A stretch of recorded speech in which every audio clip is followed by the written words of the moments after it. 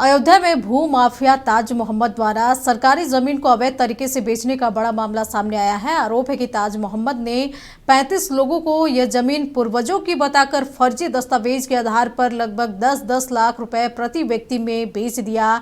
सरकारी जमीन पर निर्माण कार्य शुरू होते ही कई पीड़ित बुलडोजर के सामने लेट गए। प्रशासन ने फिलहाल निर्माण कार्य रुकवा दिया है। साथ ही एसडीएम वित्त एवं राजस्व ने जांच के लिए सभी पीड़ितों से दस्तावेज मांगे हैं। बिक रहा था तो हमारे सामने आया, पूछा कि इसका कागज, तो बोले हमारे नाम से कागज पत्तर सब है। तो हमने सब बोला कि क्या रेट है, यहाँ 10 लाख के हिसाब से सबको बेचे हैं। हमारे सबने हम 500 स्क्वायर फुट लिया हूँ, जिसका मैंने पैसा दिया हूँ। और यहाँ पे पता चल रहा लफड़े का जमीन है, यहाँ बनने नहीं दे रहे हैं। और हमारा कम से कम यहाँ 2.5-3-4 लाख रुपया लग चुका है। हम चाहते हैं हमारा बन जाए, बस हमारा रहने की जगह नहीं है कि कमरा है, तभी हम लालच में आकर हम भी ले लिए हैं। 2-3 बच्चे हैं हमारे पास। इस खबर पे और अधिक जानकारी के लिए हमारे सहयोगी विशाल हमारे साथ जुड़े हुए हैं। विशाल, अयोध्या से बड़ी खबर, जहां की भू माफिया के इतने हौसले बुलंद है कि उन्होंने सरकारी जमीन को बेच डाला और करोड़ों रुपए लेकर फरार भी हो गए। क्या कुछ और जानकारी?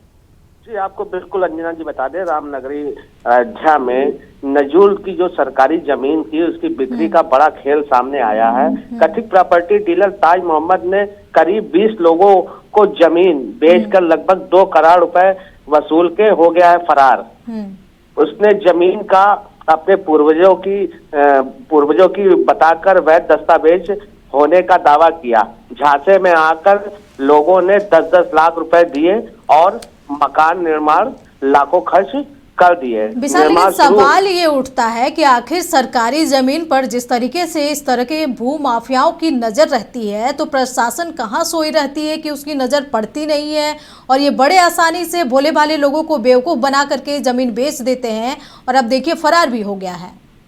जी, आपको बिल्कुल बता दें, जब से राम मंदिर यहाँ बन के तैयार हुआ है तब से जमीन की जो बिक्री है, घोटाले हैं, वो लगातार ऐसे देखने को मिलते हैं। प्रॉपर्टी डीलर यहाँ के जो लेखपाल हैं उनसे दस्तावेज बनाकर उनको पैसा देकर जमीन किसी तरीके से उसको फ्रॉड करके बेच रहे हैं। तो क्या इस जमीन बेचने की काली करतूत में कुछ जो सरकारी ऑफिसर है वो भी, उनकी भी मिलीभगत है? क्योंकि बिना उनकी मिलीभगत के दस्तावेज तैयार होगी नहीं।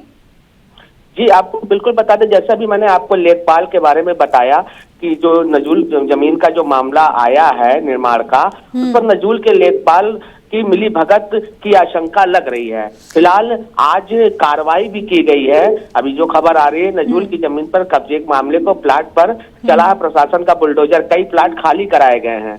चलिए विशाल, नजर बनाए रखें। तमाम जानकारी के लिए आपका बहुत बहुत शुक्रिया। तो अयोध्या से बड़ी खबर, जहां की बता दें कि सरकारी जमीन को भूमाफिया है वो अपनी ज़मीन बता करके, निजी ज़मीन बताकर उसे बेच दिया है और 20 परिवारों को इसमें हानि हुई है। बताया जा रहा है कि 2 करोड़ रुपए लेकर के जो भू माफिया है ताज मोहम्मद अभी फरार चल रहा है।